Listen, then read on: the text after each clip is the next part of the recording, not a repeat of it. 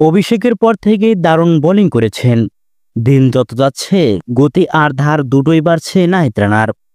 এরই ধারাবাহিকতায় গতকাল ক্রিস্টন টেস্টে পেয়েছেন টেস্ট ক্যারিয়ারের পঞ্চম উইকেট। গ্রেগ ব্রাফটের ক্যাবেদ হজদের গতি দিয়ে রীতিমতো নাকানিচুবি খাওয়াচ্ছেন। নাহিদ রানা যে এমনটা করতে পারেন সেটি জানতে টিম ম্যানেজমেন্ট। বাংলাদেশ দলের bowling coach Andre Adam Nahid রানার প্রশংসায় বলেছেন, ঘন্টায় ১৫০ কিলোমিটার গতিতে বোলিং করলেও উইকেট পাবেনি।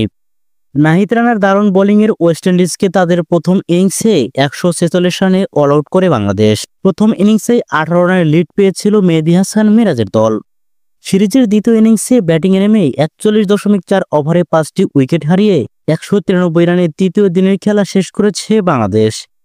বাংলাদেশের লিড ২১১ রানের। বলা যায় বেশ সুবিধাজনক অবস্থানে আছে বাংলাদেশ। এর বড় কৃতিত্ব ফাস্ট বোলার নাহিদ রানার।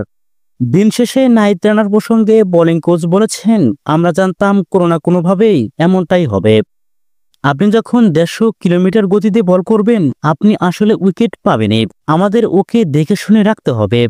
এই কারণে প্রথম ম্যাচ খেলায়নি। ভাগ্য ভালো যে ওর আশেপাশে তাসকিন এবং হাসান মাহমুদের মতো পেসার আছে। বিসিবির প্রকাশিত এক ভিডিওতে নিজের বোলিং নিয়ে কথা বলেছেন নাহিদ রানাও। কোন উপায়ে মিলছে সাফল্য তিনি জানিয়েছেন, ব্যাটসম্যানরা এখানে অনেক কিছু চেষ্টা করে, তাই বোলারদের বেশি কিছু চেষ্টা না করেই লাইন টু লাইন বোলিং করা ভালো।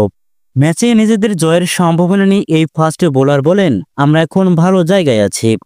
এখান থেকে যদি ২৫০ রানের উপর যেতে পারি ৪ নম্বর দিনে উইকেট কঠিন হবে, বাউন্স আসমান থাকবে এবং স্পিনাররা অনেক টার্ন পাবে। ৪ নম্বর দিন থেকে ভালো কিছু একটা বের করবো ইনশাল্লাহ।